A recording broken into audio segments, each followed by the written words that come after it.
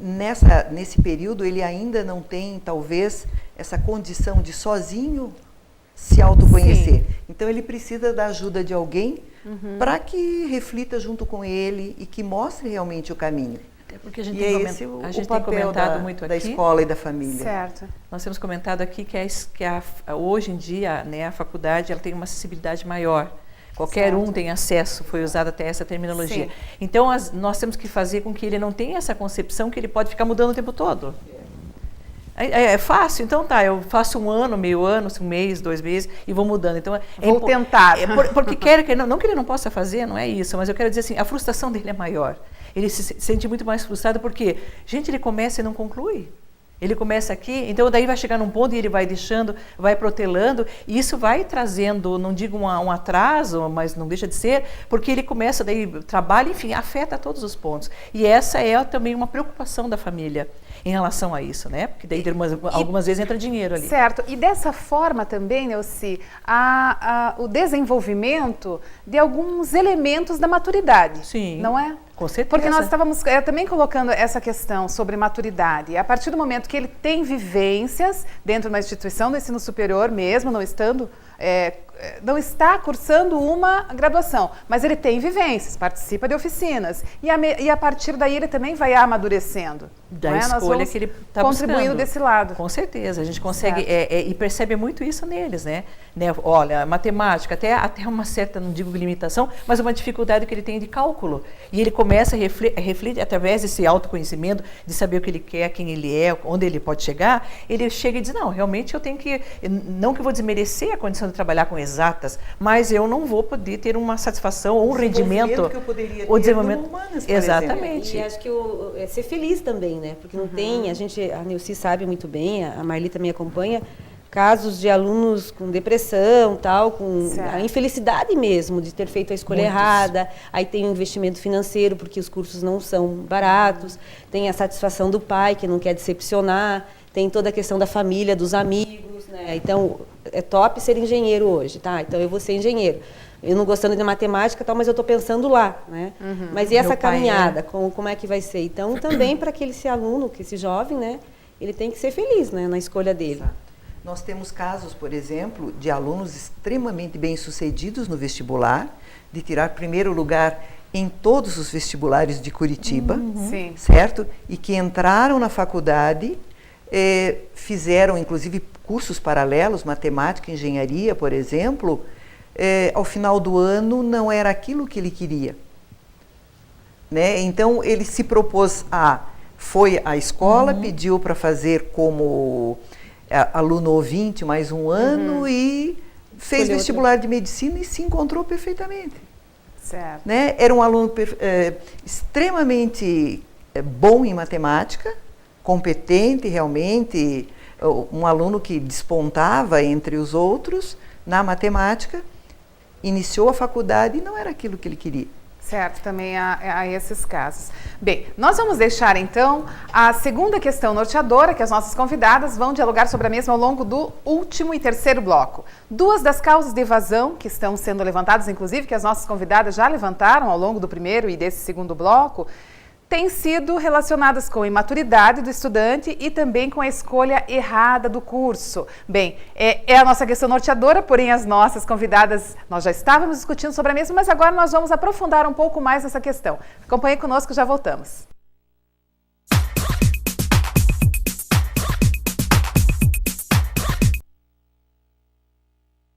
Mais de 50 opções de cursos, 7 áreas do conhecimento. Experiência de mais de um século.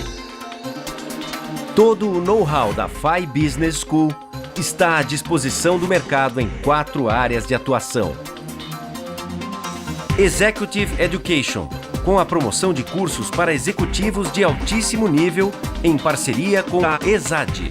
FI Training, com cursos de curta duração para capacitar, atualizar e desenvolver profissionais de maneira objetiva e rápida.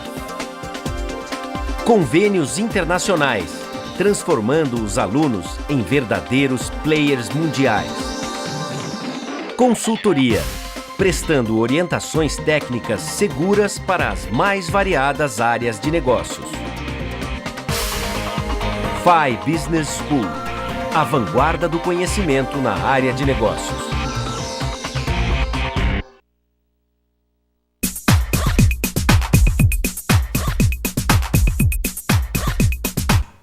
Voltamos para o terceiro e último bloco do programa Diálogos Acadêmicos e Profissionais. O tema de hoje, vestibular e escolha da profissão. Deixamos no ar, ao finalzinho do segundo bloco, a questão norteadora para este último momento do programa, que são duas das causas. Quais são as duas causas da evasão do ensino superior?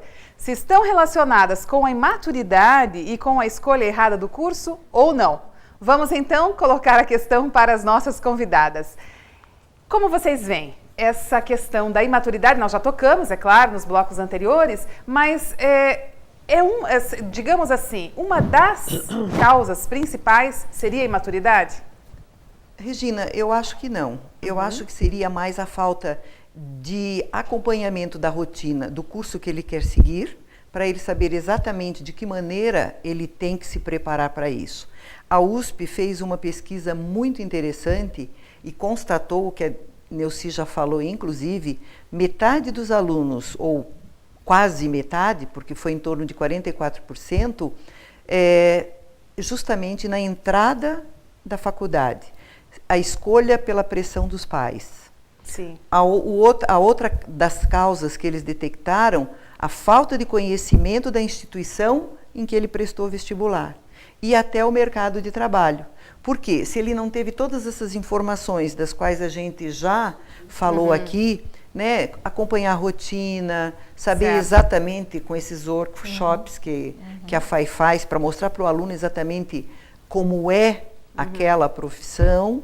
A feira de profissões que várias das instituições, né, principalmente as públicas, estão fazendo de ensino superior, é uma medida interessante, é uma estratégia que vem suprir essa lacuna. Com certeza. Eles desconhecem, inclusive, o mercado de trabalho.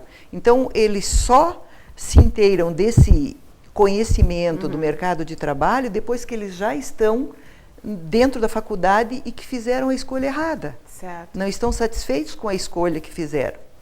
Então, essa informação ou seja, essa informação antes da escolha, talvez seja o mais importante. Talvez não esteja tão ligado à imaturidade quanto à falta de informação. Quanto à falta de informação. Embora nós estejamos num momento em que nós somos considerados a era da informação, a era do conhecimento, mas sempre aquela mesma questão. Mas qual é o tipo de informação que está chegando a esses jovens? Não é? A partir do momento que ele tem informações mais seguras, mais consistentes e mais concretas, a escolha também pode ser mais acertada. É isso, professora Adriana? E uma coisa também que nós podemos colocar, que é bem importante, que é um fator que pesa muito nessa questão da perda desses alunos, é a questão do acompanhamento, né?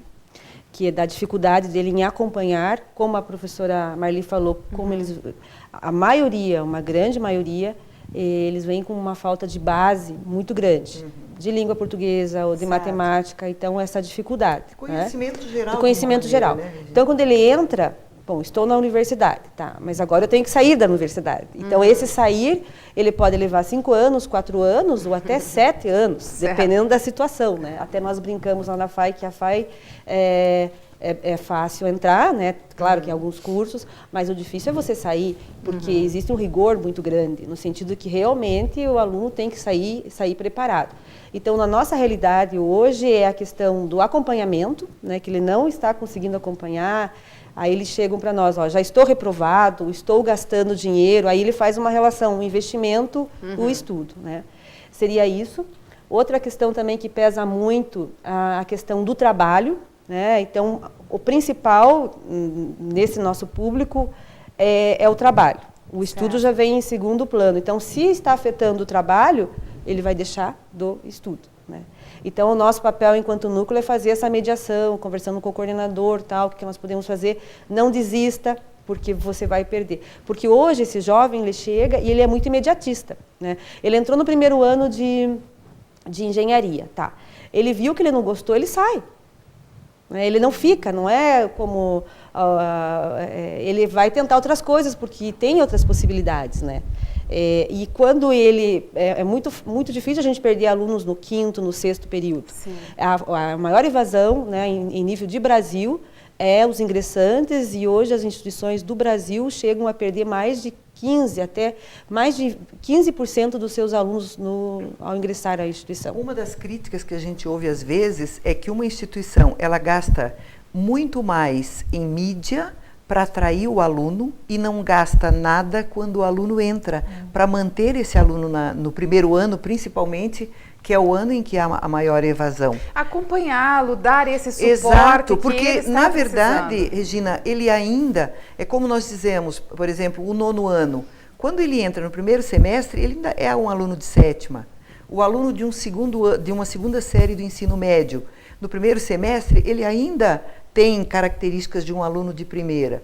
E o aluno do primeiro ano de uma universidade, ele ainda é um aluno de ensino médio. Exatamente. Ele ainda não tem aquela autonomia, até porque ele se vê, se bem que no prédio da FAI ali, aquilo é uma cidade, né?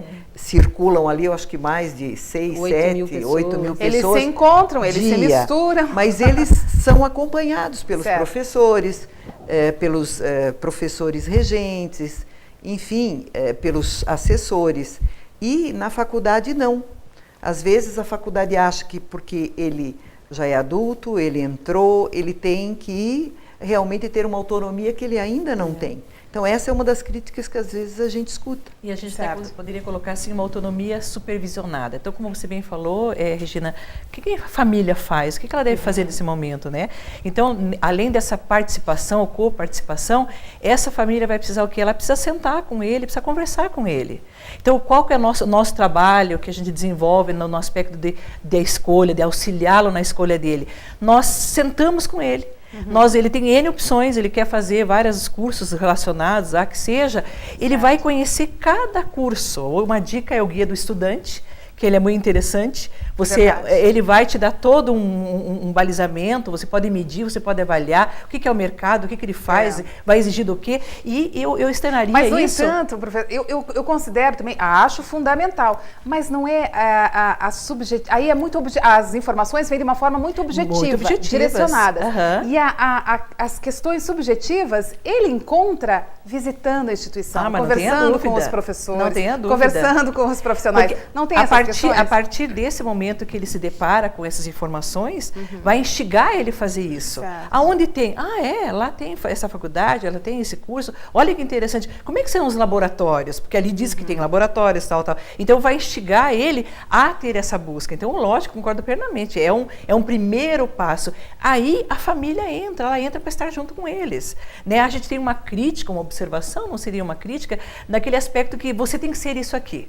Você vai ter, porque é um curso que te dá possibilidades de grande sucesso, de realização, etc. Então, logicamente, ele quer atender a necessidade da família, os anseios, enfim, toda a busca, mas automaticamente ele entra forçado, né? Então, a escolha, a participação, conversar, se deparar, de repente, até nessas feiras de profissões, até alguns pais, eles vão junto, participam. É muito importante. Além dessa segurança, traz exatamente aquela participação de todos no aspecto de dizer, puxa vida, realmente meu filho é perfeito para essa área. E automaticamente ele se sente assistido. É exatamente isso que ele precisa nesse momento. Aí ele vai buscar uma autonomia. Depois ele vai se encontrando de acordo com as necessidades e realidades. Né? Seria, digamos assim, a exposição que a Neuci fez para nós nesse momento. Seria o ideal. O ideal. Para essa situação seria o ideal. Agora, nem sempre o ideal na sala de aula eu acontece, falo isso. Gente, olha, eu nem sempre vou falar o real, mas o ideal eu tenho que falar. Então o ideal é isso. Agora a realidade, a gente que vai transformar. Quem transforma em realidade são eles mesmos. É a família, é o próprio aluno, ele que vai transformar isso em realidade, né? Certo. Agora eu só falo o ideal, com certeza. Certo. E nós também, né, tentando tornar o ideal possível, né, tem duas ações bem interessantes que eu gostaria de colocar aqui que nós estamos fazendo. Primeiro, quando o aluno entra, o ingressante, nós fazemos um mapeamento das competências dele. Então eu entrei, aí eu passo por um teste, tá? E esse teste me dá um diagnóstico, aí um professor vai chamar esse aluno e vai dizer, vai tentar traçar um perfil, né, dele. O que ele quer fazer no primeiro ano, no segundo, vamos fazer uma língua, você quer fazer um intercâmbio, entende? Para que o aluno comece a ter essa visão do todo. E aí esse aluno ele vai ser monitorado, ele vai ser chamado a cada 2 meses, e aí, como é que está o teu objetivo? E a aula de inglês? Né? Certo. E aí o intercâmbio, já economizou, já, né, já conversou com a família? Então, nesse sentido é que esse professor vai estar orientando. Já tivemos casos de mudança de curso. Olha, não estou feliz aqui, eu quero fazer o outro curso. Aí a universidade, o centro universitário, nós podemos fazer isso, né? Ele pode fazer uma reopção de curso, né? Dentro das regras, das normas, em editais, ele pode fazer uma reopção de curso. Então, eu acho que isso é um grande diferencial, porque esse aluno vai estar sendo assistido, né?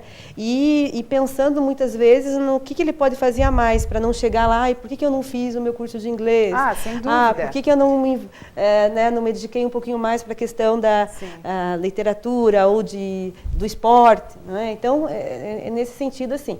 E outra questão, Regina, bem interessante também que nós estamos fazendo, que é o nivelamento. Então, como o nosso vestibular ele é um processo eletrônico, ele tem 18 fases, nós conseguimos, por relatórios, tirar as notas dos alunos, classificação.